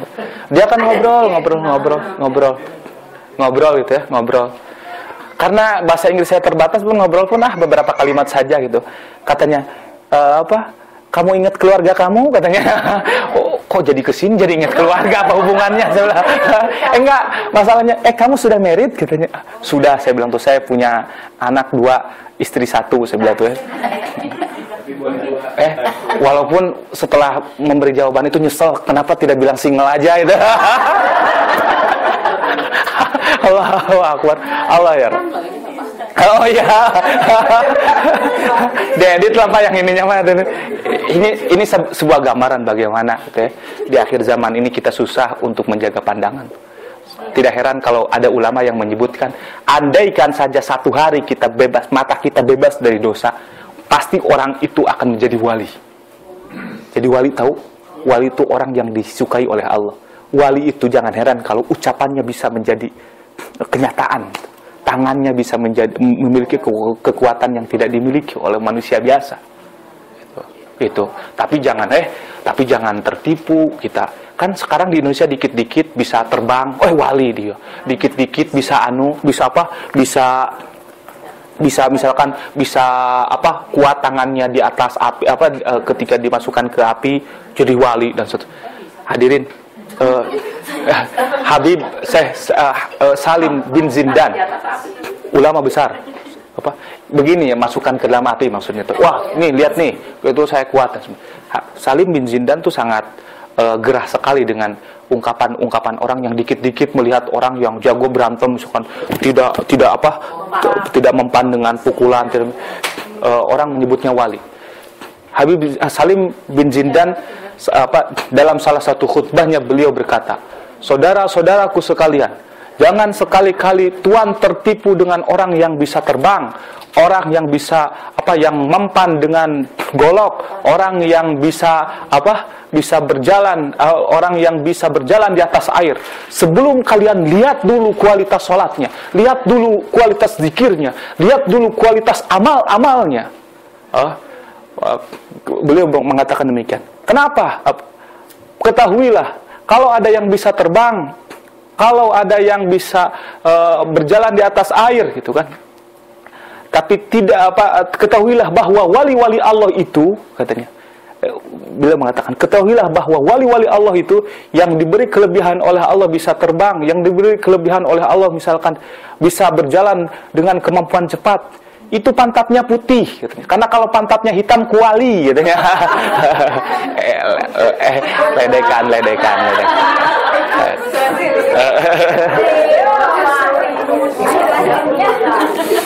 Gitu, ledekan hadir. Jadi jangan tertipu dengan nggak ledekan kepada orang-orang yang dikit-dikit mengaku itu wali. Sampai di Indonesia mah siapa tuh si Ponari yang punya batu tuh ya. Allahu Akbar, orang ribuan, ratusan orang berdatangan ke dia. Ponari. Allahu Akbar itu. Kalau itu mah menyedihkan gitu ya. Kalau kita datang kepada orang soleh, orang soleh artinya sholatnya bagus, ininya bagus, orangnya juga terhindar dari perbuatan maksiat, tetap wajar deh kalau mereka memiliki kelebihan kayak gitu, wajar. Saya sudah banyak menemukan orang-orang kayak gitu. Saya punya kenalan, saya punya orang di mana tinggal di Subang tuh. Dia dengan makanan-makanan seperti biskuit atau sudah tidak makan dia. Sudah tidak makan, tapi memang ininya suka prediksi-prediksinya itu tepat gitu. Oh, kata Siapa ini, Pak? Hah? Siapa prediksi? Enggak siapa. Oh, orang. Saya orang, Ibu.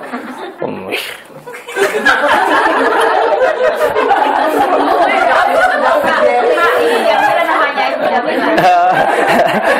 Dari Makassar. Jamila. Jamila tuh namanya apa artinya? Cantik. Cantik, Ibu. Kalau perempuan itu, kalau laki-laki Jamal. Laki-laki.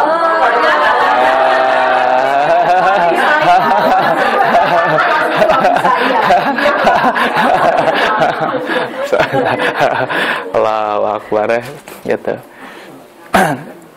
Duh, jadi hadirin sekalian yang dimuliakan Allah Subhanahu wa taala, bertaubat. Tobat itu ada dua jenis, tobat kepada Allah, ada satu tobat dari kekufuran. Jenis tobat ini adalah tobat yang mutlak akan diterima oleh Allah Subhanahu wa taala. Maksudnya begini, ada orang non-Islam tiba-tiba masuk Islam. Nah, ini tobat dari kekufuran. Jenis tobat ini adalah tobat yang mutlak diterima oleh Allah. Begitu. Nah, hadirin. Kenapa? Beda sama yang nasohah. Nasuha. Nah, kalau nasuha itu tobat, nasiha itu tobat dari berbuat maksiat. Ya, maksiat. Nah, maksiat ini ada dua, Pak. Nasihat kepada Allah dan nasihat kepada manusia. Kalau kepada Allah ini, maksiat kepada Allah ini dengan tidak berjanji untuk tidak mengulangi lagi dan dia menyesal sedalam-dalamnya, maka dia dikatakan tobat nasuha. Adapun tobat kepada manusia belum sah tobatnya sebelum dia mengembalikan hak-hak yang sudah dia ambil. Belum sah. Gitu ya. Ini gitu.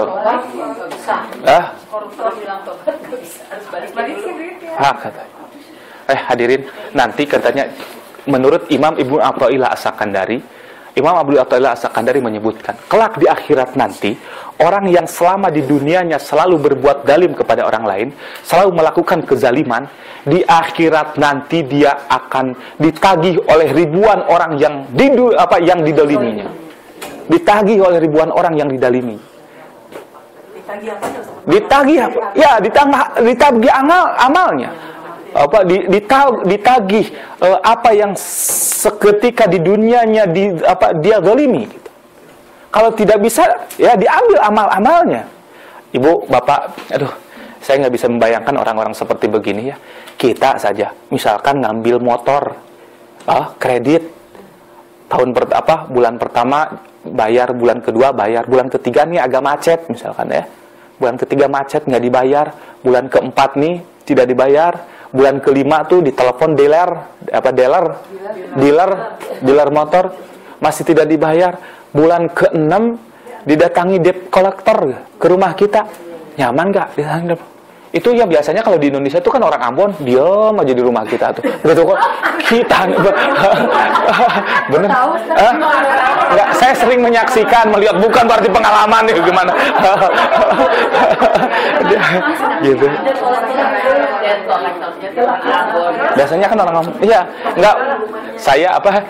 Saya banyak kenal dengan orang-orang Ambon tuh gitu. Di antara mereka itu ada yang menceritakannya, sebagian kawan-kawannya itu usahanya begitu. Jadi debt collector aja, kalau sudah ada yang macet nih dia datang. Memang kalau debt collector tuh wajahnya harus garang, Pak. Oh, kalau wajah kalem mah bagaimana? Dikasih minum, dikasih apa? Oh, ini harus garang kalau kayak gitu tuh wajah. Nah, itu satu keuntungan bagi bapak-bapak yang punya wajah garang. Jadi debt collector aja. Allah. Ibu, saat didatangi debt collector aja kita tidak nyaman. Bagaimana nanti kalau kita didatangi oleh orang-orang yang dulu ketika di dunia ini, di dunia ini kita zalimi. Allahu Akbar. Ngeri kita kalau mengingat seperti itu tuh. Oleh karena itu maksimalkan dalam berbuat baik lah, jangan hitung-hitungan. Punya waktu luang untuk sholat selama sholat itu tidak kita lakukan pada waktu-waktu yang dilarang untuk melakukan sholat, lakukan.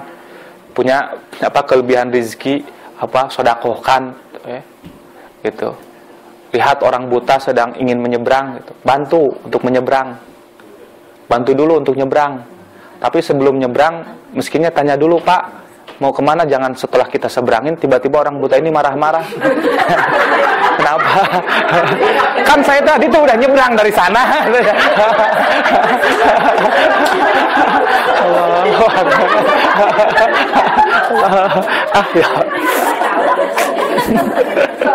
Astagfirullahaladzim.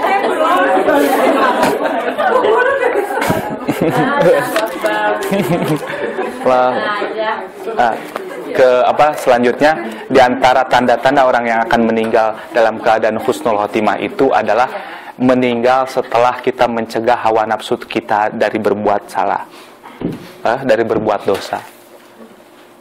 Meninggal setelah kita mencegah hawa nafsu kita untuk berbuat dosa.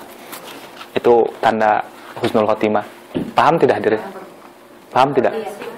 Ibu, tadi itu jam 10 misalkan ada acara nonton dangdut bersama, gitu kan?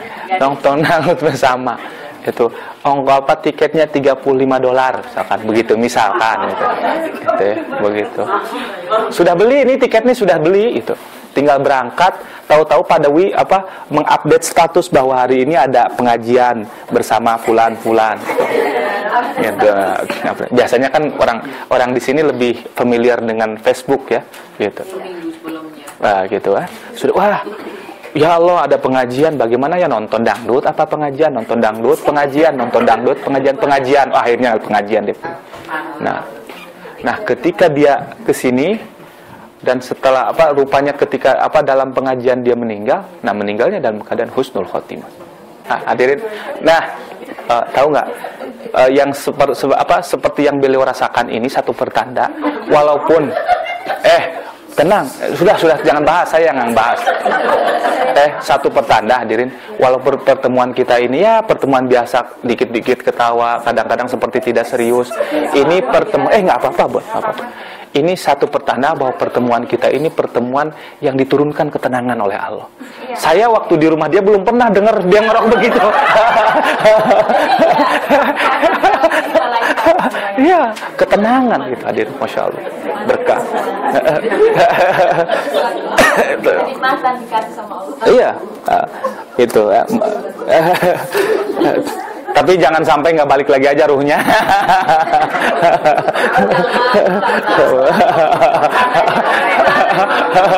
Enggak. Tapi hadirin, apa tidak ingin Allah wafatkan dalam kondisi seperti begini? Iya. Jangan pengajian, ya Allah. Berbahagia, hadirin. Saya paham semuanya juga banyak dosanya di sini. Gitu. Itu Allah. Benar, termasuk kita juga.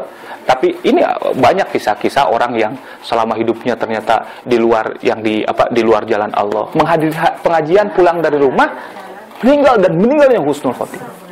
Insyaallah. Kita nih hadirin nggak usah takut dengan kematian. Nggak usah, jangan kalau waktunya memang katakan waktunya harus kalau harus waktunya apa boleh buat kita, benar tidak? Kecuali kalau saya katakan yang nonton di diskotik itu mudah-mudahan mati, itu nggak boleh. Nggak boleh seperti itu. Karena itu mendoakan tidak baik. Itu dia. Iya, mendoakan buruk. Begitu. Ya. Apakah cara mati itu menunjukkan amal kita? Apa? Cara mati. Biasanya begitu. Udah nggak apa-apa, biarin nggak apa-apa. Tenang aja, tenang. Emang sih kalau misalnya mau meninggal nggak takut, tapi suka mikir, aduh kalau aku meninggal tuh punya anak, anakku ntar gimana, masih kecil-kecil. Nah, benar. Nah, itu dia, ibu harus meyakini bahwa kita ini sama sekali tidak punya sedikit pun kontribusi dalam memberi makan anak kita. Yang kita berikan kepada anak kita semata-mata dari Allah melalui tangan kita. Kalau ibu sudah meninggal dan Allah pun Maha memperhatikan apa yang perlu untuk anak ibu gitu ya. Saya ditinggal ayah tuh usia SMP lagi sedang-sedangnya banyak biaya gitu, banyak biaya banyak biaya sekolah gitu. Ya, saat itu betul hadirin. Ya, jujur sajalah kan sejauh ini saya waktu itu ya mengandalkan dari apa yang didapat oleh ayah saya tuh. Tapi alhamdulillah ada aja rezeki. Gitu. Ibu juga sama, nggak usah khawatir dengan apa yang akan Allah berikan kepada kita atau anak kita ketika kita meninggal tuh. Gitu. Dulu saya ke Sudan, Bu. Saya memutuskan sekolah ke Sudan itu bukan perkara mudah, Bu. Seluruh keluarga itu tidak ada yang setuju. Tidak ada yang setuju. Buat apa kamu ke Sudan? Katanya. Negara tidak jelas, banyak kemiskinannya dan seterusnya lah gitu. Awas ya, jangan sekali-kali kamu dengan untuk mewujudkan cita-cita kamu menjual sebagian warisan atau warisan yang ditinggalkan oleh ayahmu. Gitu. Sampai katakan demikian. Ya, intinya singkat ceritanya saya berangkat ke Sudan tuh dengan modal apa adanya saja, seadanya.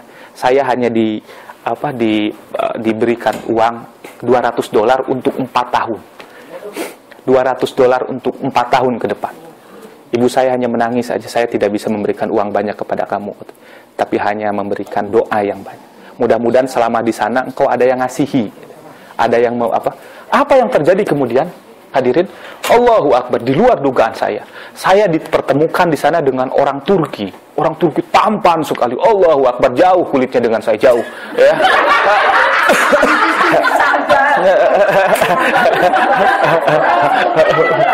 Gitu. Allah. Itu kalau kata kawan-kawan saya itu, kalau saya berjalan dengan dia itu kayak bumi dengan langit. Ya saya ngakui aja gitu ya. Tapi urusan memilih istri ya saya selektif sekali gitu ya.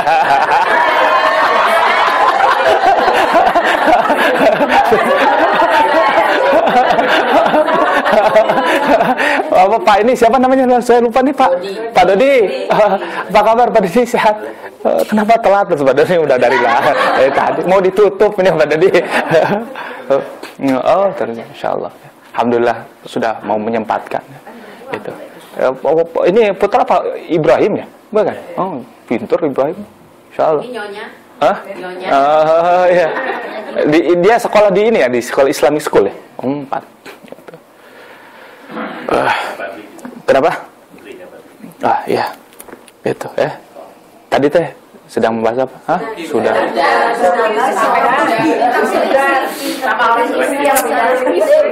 Allah. Itu makanya ibu saya mah tidak pernah meragukan apa yang Allah janjikan gitu ya. Tidak berdasarkan pengalaman kayak itu. Kawan-kawan saya kan ada minimal itu dibekali oleh orang tuanya $1.000, $2.000 saat itu. Kita $200. Dan $200 itu untuk 4 tahun. Dan alhamdulillah dengan izin Allah si uang itu tuh nggak kepake. Karena waktu itu tuh kita nih kan aktif gitu ya, aktif mana. Kemudian satu hari itu saya jalan-jalan ke mall, ada orang Turki yang seperti melihat saya itu seperti saudaranya dia. Memang begini nasib muka pasaran ini enak gitu. Muka pasaran ini kadang di mana-mana. Di LA ada yang menganggap kayaknya kayak saudara saya. Alhamdulillah. Di mana ada yang menganggap juga begitu. Familiar banget, familiar familiar banget. Familiar. Gitu Allah. Sampai suatu hari ada seorang wanita dari Ethiopia berkulit putih. Dia berkata kepada saya, "Kamu itu kayak tetangga saya." Saya bilang tuh kayak tetangga engkau. Allahu Akbar. Ajib Allah ya. Itu kalau Allah sudah berkehendak. Ibu, jadi jangan berkecil hati kalau saya katakan kita kalau Allah takdirkan meninggal di sini nggak apa-apa gitu. Itu satu doa kebaikan. Ada sahabat yang meminta agar diwafatkan dalam keadaan agar diwafatkan dalam mati syahid. Rasulullah doakan dan sahabat itu meninggal dalam keadaan mati syahid. Ya, Rasulullah. Dan hadirin sekalian, kan pewaris Rasulullah siapa? Ulama, ustad. Ini ustad walaupun ustad KW-KWan begini. Enggak. Tapi jangan meninggal sekarang, repot. Saya besok mau pulang. Nanti aja waktu pengajian Pak Dewi deh. Waktu pengajian Pak. Gitu. Insya Allah. Hubungannya dengan tadi itu, kalau di sini kan udah terbiasa tuh ada mempersiapkan kalau kita udah meninggal, kita mempersiapkan keluarga kita dengan bentuk life insurance. Ini di negara barat seperti ini udah biasa. Mungkin di Indonesia juga akan di kota-kota besar. Itu gimana, Ustaz? Kita mempersiapkan ya nggak apa-apa. Rangka ini supaya tidak membebani banyak mungkin. Tidak apa-apa itu. Tapi jangan sampai terlalu ditekankan ke dalam ke hal-hal yang itunya. Yang perlu kita tekankan itu bagaimana kita mempersiapkan bekal untuk nanti kita di sana. Itu yaitu tidak ada lagi bekal selain amal-amal kita. Itu selain amal-amal kita. Yaitu mah sekedar mungkin punya harapan dari sekedar hitung-hitung nabung, Pak. Itu kan hitung-hitung nabung. Betul nggak hitung-hitung nabung kali ya? Saya husnudonnya begitu. Hitung-hitung nabung. Nanti kan waktu ibu wafat dibalikin sama keluarga ibu. Bisa gitu ya? Seperti gitu ya, Pak? Kalau nggak salah gitu. Ya kalau tidak membebani ibu, mau ikutan begitu nggak apa-apa gitu. Mau ikutan atau mau arisan begitu. So, jadi yang meninggal duluan nanti kita patungan ya. itu akan lebih itu. Allah. Sudah meninggal. Kenapa? Sudah meninggal. Aduh, itu ya. Nah, hadirin, saya tadi katakan jangan heran kalau ketika orang-orang soleh meninggal mukanya tenang, tersenyum dalam keadaan yang betul-betul gitu diharapkan, tubuhnya pun harum. Saya pernah melihat tuh dan saya perhatikan orang-orang yang meninggal pada malam Jumat dengan hari Senin ini rata-rata orang-orangnya orang-orang excellent gitu, orang-orang yang pilihan. Hari Senin. Karena Senin itu hari wafatnya Rasulullah SAW. Jadi begini, saya jelaskan. Hari Senin adalah hari diwafatkannya Rasulullah SAW. Sebagaimana permintaannya Abu Bakar Siddiq ketika Abu Bakar sakit tuh, baca dalam Sahih Bukhari. Ketika Abu Bakar Siddiq sakit ini, yang sakitnya membuat dia meninggal, Abu Bakar Siddiq bertanya kepada putrinya Aisyah yang menjadi istri Rasulullah SAW. Aisyah, kapan hari apa? Aisyah, hari apa suamimu meninggal? Hari apa Nabi Muhammad meninggal? Apa jawaban Aisyah? Hari Senin, Pak, gitu ya. Hari Senin, Dad, gitu. Terus hari Senin Papa gitu, hari Senin. Kemudian dia mengatakan lagi hari Senin. Kemudian beliau berkata lagi, aku berharap sebelum memasuki waktu maghrib nanti Allah. Sekarang hari apa? Ini hari Senin katanya. Abu Bakar mengatakan, aku berharap sebelum aku memasuki maghrib nanti Allah mewafatkan aku tuh pada hari ini. Itu satu menunjukkan bahwa yang meninggal hari Senin itu biasanya itu ya orang-orang pilihan. Hari Senin. Lalu kenapa hari Jumat? Kalau hari Jumat itu Sayyidul Ayyam. Kemudian karena hari di dalamnya disarankan ada waktu di mana waktu itu ketika permohonan kita permohonan kita akan dikabulkan dan banyak keutamaan hari Jumat. Biasanya. Gitu. Mudah-mudahan nih kita meninggalnya di antara 2 hari ini insya Allah ya. Gitu. Dan khususnya husnul khotimah gitu. Ya. Tadi itu istiqomah ya, istiqomah. Salah satu tanda orang yang tanda orang yang akan wafat tanda orang yang wafat dalam keadaan husnul khotimah. Kelima, husnuzon billah, husnuzon kepada Allah. Husnuzon berbaik sangka kepada husnuzon berbaik sangka kepada Allah. Keempat keempat husnuzon kepada Allah. Husnuzon kepada Allah. berbaik sangka kepada Allah. Berbaik sangka kepada Allah. Ibu, bapak sekalian yang dimuliakan Allah Subhanahu wa taala, ada kalanya Allah menguji kita itu dengan berbagai macam cara, dengan berbagai macam keadaan. Ada yang diuji dengan kesusahan mencari uang, ada yang diuji dengan suami tidak soleh, ada yang diuji dengan istri tidak solehah, ada yang diuji dengan anak tidak soleh, itu ya. Nah, ketika ada yang diuji dengan mungkin dengan bencana, dengan apalagi dengan apa hadirin? Diuji dengan bencana, dengan penyakit, itu ya. Semuanya ini adalah sarana yang Allah jadikan kepada kita supaya kita terus bersabar dan selalu berhusnudzon kepada Allah. Selalu berhusnudzon kepada Allah. Gitu. Ibu, bapak, umumnya kita ini selalu bisa menerima apa yang menurut kita nyaman, tapi selalu tidak siap menerima apa yang menurut kita tidak nyaman. Betul tidak hadirin? Dan jangan sekali-kali kita terperdaya dengan apa yang kita lihat selama ini. Abdullah bin Mas'ud menyebutkan, kam min mustadrajin bisanai alaih. Berapa banyak orang yang disiksa, yang sedang disiksa Allah dengan limpahan nikmat yang sedang diberikan kepadanya. Berapa banyak orang yang sedang disiksa oleh Allah dengan limpahan nikmat yang sedang diberikan kepadanya. Sekarang kita ukur saja. Kalau dengan jabatan yang makin tinggi, kita semakin sadar kepada Allah, berarti jabatan itu jadi kebaikan bagi kita.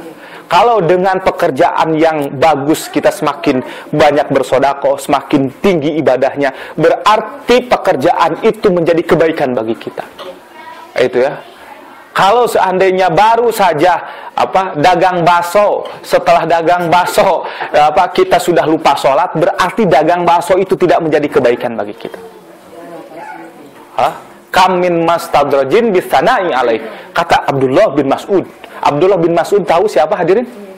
Abdullah bin Mas'ud itu adalah salah satu pemegang rahasia Rasulullah SAW. Ibu mau kemana? Saya mau dulu. Oh, mau dandan, Bu. Biasa ibu-ibu tuh kan kalau di tasnya ini ada make up biasanya. Gitu. Kam min mustadrajin bisanai alaih. Berapa banyak orang yang sedang disiksa Allah dengan limpahan nikmat yang diberikan kepadanya. Aturan kan kalau seandainya semakin diberi kerjaan yang bagus, semakin bagus ibadahnya kepada Allah. Itu ya, seperti itu. Kemudian apalagi kata Abdullah bin Mas'ud, wa kam min maftunin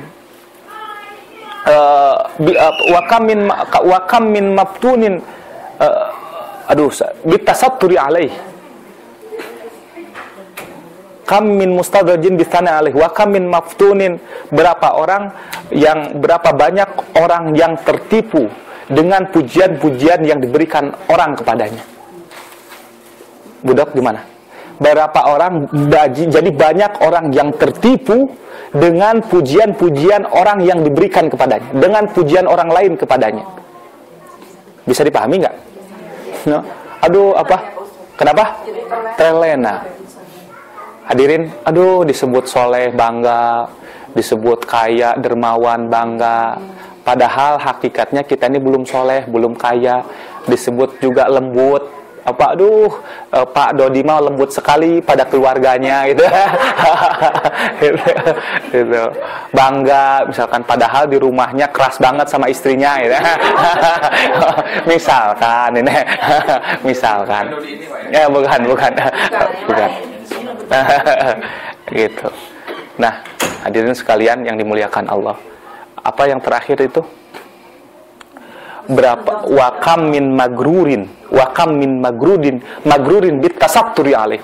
Berapa banyak, kata Abdullah bin Mas'ud, berapa banyak orang yang tertipu karena Allah masih menutupi aib yang dimilikinya. Ya, berapa banyak orang yang tertipu karena Allah menutupi aib yang dimilikinya. Hadirin yang dimuliakan Allah Subhanahu wa taala. Oleh karena itu hadirin, jangan sekali-kali kita terlena dengan pujian orang lain kepada kita. Jangan sekali-kali terlena. Karena biasanya kata Imam Syafi'i, pujian itu al-madah man lam ya'rif nafsahu yadurru bil madah. Siapa di antara kita yang tidak tahu hakikat dirinya, maka pujian-pujian yang diberikan orang lain kepada kita ini akan membahayakan, akan menjadi keburukan bagi dirinya. Ya. Peribahasa Arab menyebutkan al-madah dabah, al-madah zabah.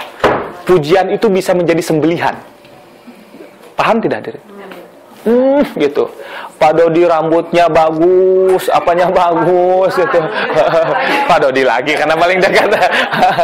Itu kan misalkan padahal misalkan rambutnya bagus, ininya badannya seterak gitu ya.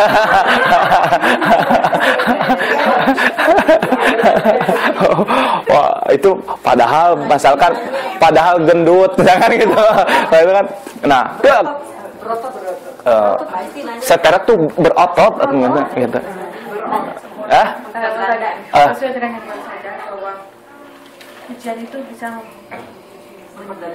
nah, kalau kita dengan anak, kan saya dipesan sama orang tua saya sih, jangan pernah berkata yang jelek karena apa yang doa. Kan kita selalu membaguskan mereka. Itu kan pujian, Pak.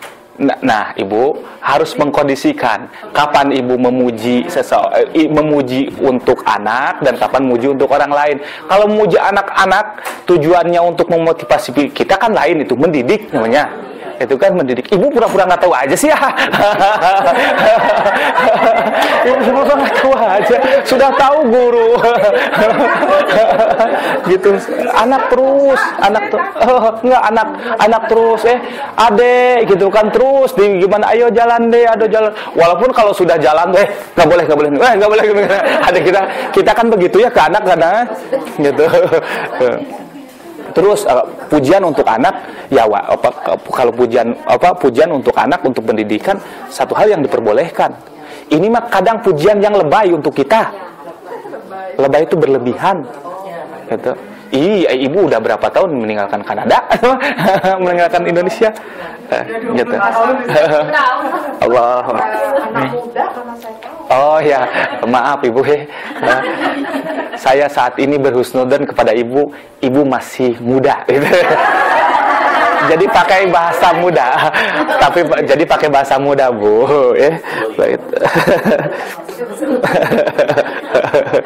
Allahu Akbar. Gitu. Apa? Lebay. Berlebihan. Nggak tahu itu lebay itu terambil dari apa tuh? Narsis.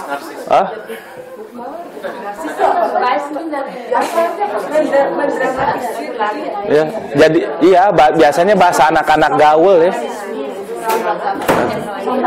Gitu. Nggak tahu dari mana itu bahasa tuh. Seperti inilah seperti bahasa apa lagi itu kan banyak bahasa-bahasa gaul di Indonesia tuh.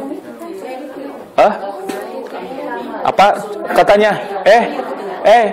Ada tuh bahasa yang anak muda selalu katakan cius katanya. Cius tuh serius ya kan?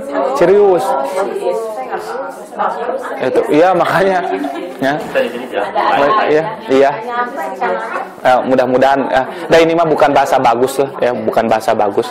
Bahasa sekadar untuk mencairkan suasana aja.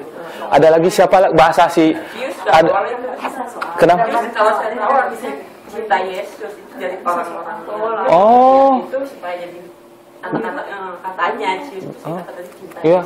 Apalagi ada lagi bintang film, bintang artis-artis itu kan bikin-bikin istilah yang aduh gitu. Saya juga nggak ngerti. Cetar membahana. Aduh, coba. Itu gara-gara Sahrini. Sahroni kali, Bu. Itu sembarangan itu. Iya. Nggak ikut-ikut. Setar membahana, mungkin setar tuh daging. Break dulu ya. Ini mau ditutup apa break dulu nih? Break dulu. Kenapa? Tapi sebelum apa? Sebelum break ini ada satu acara. Jadi tadi kita kan ada acara dengan youth ya, pengajian. Jadi setelah pengajian itu kita diskusikan, oh mari kita buat satu aktivitas yang mereka lakukan tadi seperti di atas. Mereka cari topik yang mereka ingin presenting, terus mereka do research,